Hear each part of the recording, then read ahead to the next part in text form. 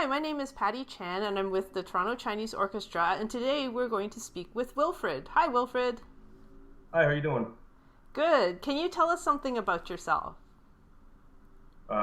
Let's see. My name is Wilfred Ho. As you mentioned, I play the zhonghu for the Toronto Chinese Orchestra. I currently work as a project manager for a government organization that regulates hazard lands, and that's basically what I do day to day. Mm-hmm. Music's just something I really enjoy personally. It doesn't necessarily run in my family, but it's something that I would like to strive with each passing generation to try to keep improving. That's great. And what have you been doing during this social distancing time since we can't get together to rehearse? I'm an introvert, so I haven't really noticed that big a difference into my lifestyle anyway. I've noticed less people basically bug me for stuff, at least in person, but I've noticed a lot more people calling me, so that's a slight change in my personal dynamics. Right. But all in all, what I've been doing is obviously we're trying to prepare for, fingers crossed, our November concert. So I've been practicing every day. Out of curiosity, we are playing Dream of Red Chamber. I started reading the actual book. It's quite a dense novel. Mm-hmm. If you ever get the chance, I suggest you read it. It's quite good. I like building things, so I've been working on version two of the Urhu that I showed you some time ago. Right. So I think you remember the look of this thing over here. It's a gourd-based Urhu, and I'm just trying to work on a more structurally sound way to connect it to the bass pad. So that's going to take the next month or so of my free time. Right. And other than that, it's been a pretty simple adjustment. I'm able to work from home. Luckily, I'm very glad to be of use and service to the city and so forth. It's a pretty interesting adjustment. I'll leave it at that. Okay. And how long have you been with TCO now? Oh goodness, 3 or 4 years, I guess. 3 or 4 years. It's not been an eternity, but it's been certainly a while. Mm-hmm. And you've been so helpful with all the logistics of things and taking care of a lot of concert details and the instruments and things like that. It's just it's part of my work ethic and my worldview. I think that if you watch too much TV or watch too many or partake in too much of the social media, you start to invert a certain pattern in your life. For me, I think that there's an area of influence that you have, and there's an area of concern that you have, and your energies oftentimes, if you focus too much on your externals, is that you you focus all your energies on things you're concerned about and not enough energy on things you have control over. Mm-hmm. So I think that where you make the biggest difference in your life is in that small, tiny region of the world that you call home. And I've always believed that you shouldn't worry about the things you can't control because you can't change them, and you shouldn't worry about the things you can control because you can change them. So it's a little bit of a motivation that I use every morning, and that's why I do what I do for TCO. It's a small part of the world that I call my community and my home, and if you don't participate to the best of your ability, I think it's a wasted potential. And you're only here for so long. You Mm-hmm. don't want to waste any of that time. Right. Well, just so that our listeners and can get to know you a little bit better, what are your other hobbies that you have? Let's see. Other than reading a lot, I enjoy reading, but the topics vary depending on what strikes my interest at the moment. I like classic literature, East and West. I love Western and Eastern philosophy. Sometimes I do comparative mythology. I love the sciences. I work in an engineering field myself, so obviously there's a foundation there. Mm-hmm. Every now and then, I'll even pull the poetry up and read that. Whether it's Levi or Yeats or something, I enjoy reading very much. But by that token, I love working with my hands. Mm-hmm. It's summer. I like being out and about. I build things such as the furniture in my room. I built several shelves. You yourself are using one of my creations, I believe, Mm-hmm. the Urhu rack. Yeah. If you want a version, I swear, one of these days I'm going to come over and finish it off with a proper sort of finishing nail or something. But it's just eating at me right now that I can't do that. It's stuck at like 90% completion. It's like downloading a video, and it's just stuck there because I have a bad connection. Well, it's Or amazing. Yeah, you did an amazing well, job with it.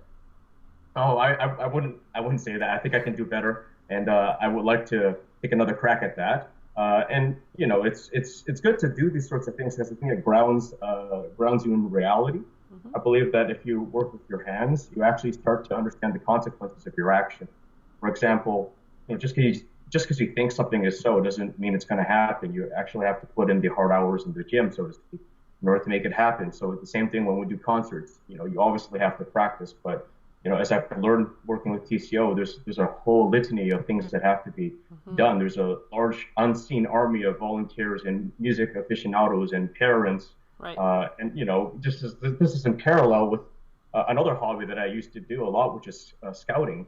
I love the outdoors. I love sharing that with people. But I used to run a leadership team, and there's just such an invisible army that does a very thankless job. And being part of that is a very good way to stay in touch with reality. And I very much enjoyed that opportunity.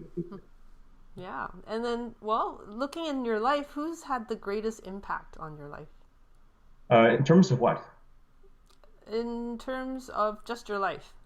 My life, certainly my parents, because they, without a question, there's an archetype for a good father and or mother, where they, I believe, more than fulfill the role. They're the people that do the best they can with what they have, make the most of the opportunity of the luck they've been given, and fight against the bad luck that that they've experienced. They come a very long ways. They're from Hong Kong. They've worked in professions that were unconventional for them at the time. My dad's from a very blue collar area of Hong Kong. His dad had two jobs. He was a Chinese medicine practitioner as well as a factory owner. My mother's family is from a more well-to-do side of Hong Kong, but they met and they both studied fields that at the time wouldn't have really gotten them strong professions. And even my mom had to struggle against traditional norms to actually work as opposed to staying at home. When they came to Canada, they saw it as an opportunity, and it's off those giant shoulders that I'm able to stand and see all the opportunities ahead of me and be very grateful every morning that I wake up. So certainly with respect to my life as a whole, I look up to my parents very much. They are my role models, my archetypes, and my heroes. And specific to perhaps your next question, with regard to music, I would suggest that my piano teacher, your piano teacher, Alice Ho, because she taught me my first instrument, which is the piano. And over the years, I've played several instruments. I've never been particularly good at any of them, but I tried. But she laid a very strong foundation and a good appreciation for the art. And there are two other people I would mention.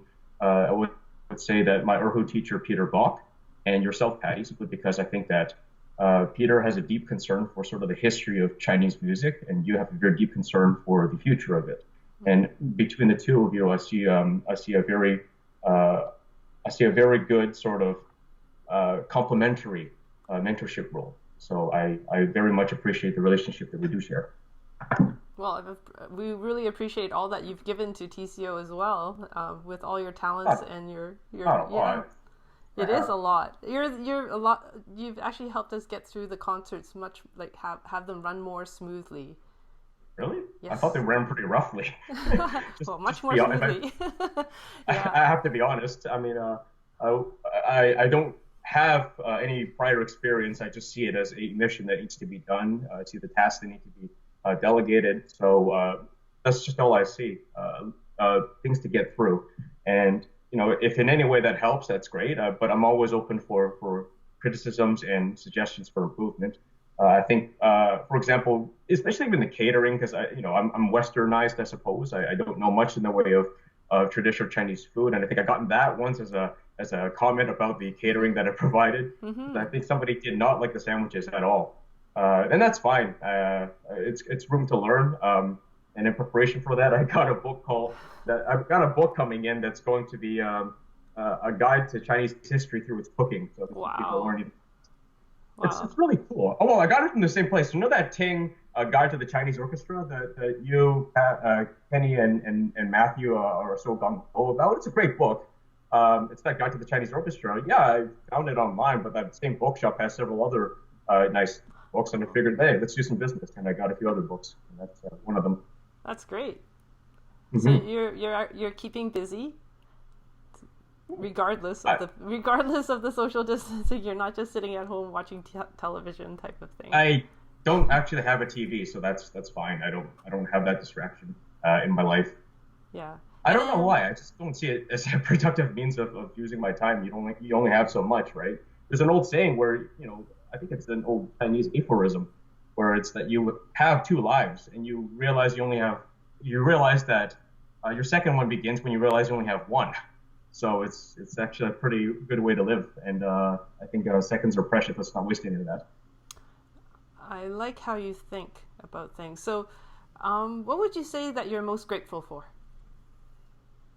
Uh, I would say that this is not trying to get out of the question. I would just say that I'm grateful for my bad luck. And the reason I say that is because I'm grateful for the worst luck that it prevented. Hmm. You know, it's just that like I'm a glass is always full kind of guy because Uh-huh. the old saying is that the glass is half full or it's half empty. I'm like, no, it's always full. It's half water and it's half air or some ratio of that. You need both to live. So let's be grateful to be alive. There's a great time to be alive. I think despite the circumstances, I'm in a wonderful place to live. I have very minimal worries. I'm not starving to death. I got clothes on my back, shelter over my head. Mm-hmm. I wake up in the morning. There's electricity in my light bulbs. There's hot water in my faucets. When I go to the bus stop, there's a bus driver to greet me. Basically, there's an army of people, as we just said, with the organization of our orchestra. There's an army of people that sort of run the infrastructure of our home.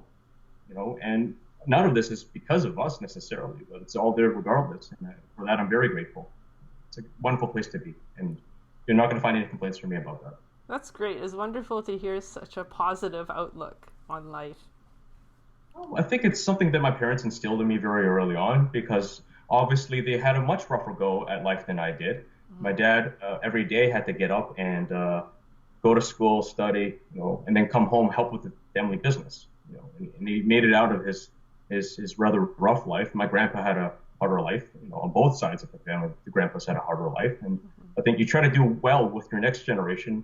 But the challenge, I suppose, and you're a parent, I think the challenge, I suppose, is providing a means by which you obtain value and meaning out of life. I mean, if you're not struggling, I think that you might be idling a little bit and you may not be growing as much as you ought to.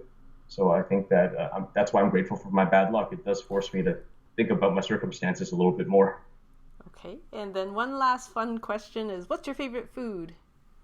Anything on four legs but the table. But Okay.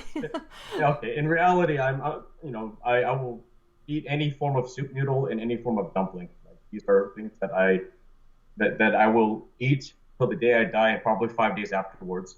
You will never get tired of it. Nope, nope, not at all. In fact, I'm going to release a series of cooking videos on how to make your own ramen from scratch. No, Wow. really soon. As soon as I figure out how to actually process the videos, it's been quite the challenge. So there you go, a bit of bad luck for me to think about.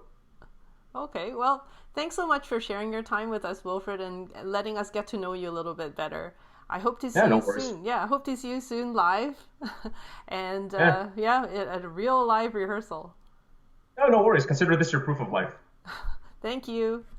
No worries. Bye. Bye bye.